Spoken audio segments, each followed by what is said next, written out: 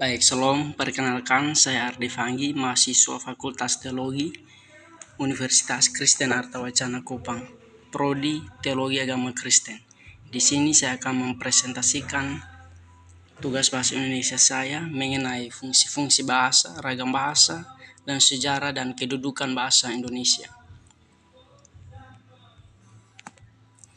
Baik, kita masuk dalam fungsi-fungsi bahasa. Yang pertama, mempererat hubungan antara suku di Indonesia. Yang kedua, pemersatu Negara Kesatuan Republik Indonesia atau biasa disingkat dengan NKRI. Yang ketiga, identitas nasional.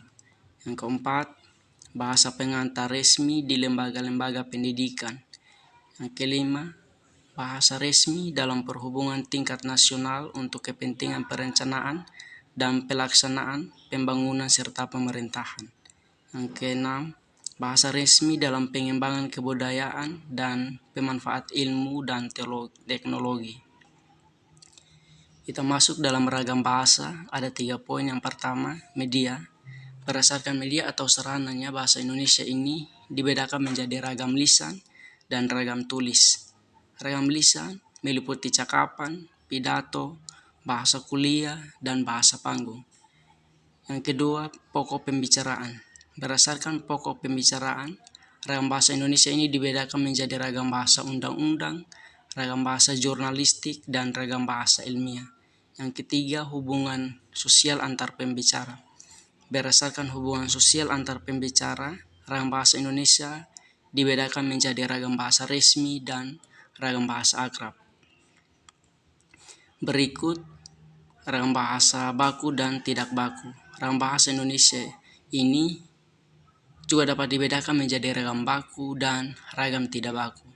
Ragam bahasa baku atau ragam bahasa resmi adalah ragam bahasa yang dianggap baik oleh penuturnya dan biasa digunakan di kalangan terdidik, dalam karya ilmiah, dalam suasana resmi, atau dalam surat menyurat resmi.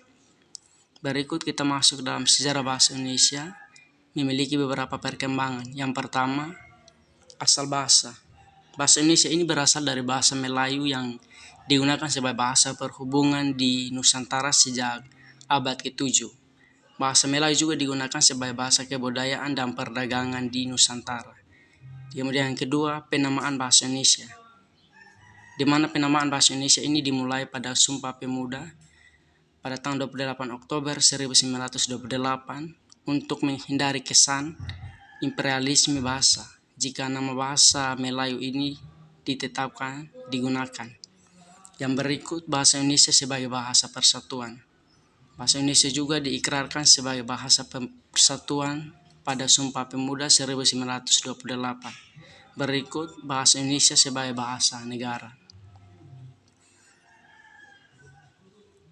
Berikut, bahasa Indonesia ini ditetapkan sebagai bahasa negara pada 18 Agustus 1945, sehari setelah proklamasi kemerdekaan. Berikut ejaan yang disempurnakan atau biasa disingkat dengan EYD. Bahasa Indonesia sebagai bahasa internasional. Bahasa Indonesia juga menjadi bahasa internasional dibuktikan dengan adanya Kongres Internasional yang ke-9 Bahasa Indonesia di Jakarta pada 28 Oktober hingga 1 November 2018. Berikut kita masuk dalam kedudukan bahasa. Kedudukan bahasa Indonesia ini memiliki 2 kedudukan. Yang pertama, sebagai bahasa nasional, dan yang kedua, sebagai bahasa negara. Demikian presentasi dari saya. Kiranya Tuhan Yesus memberkati. Shalom.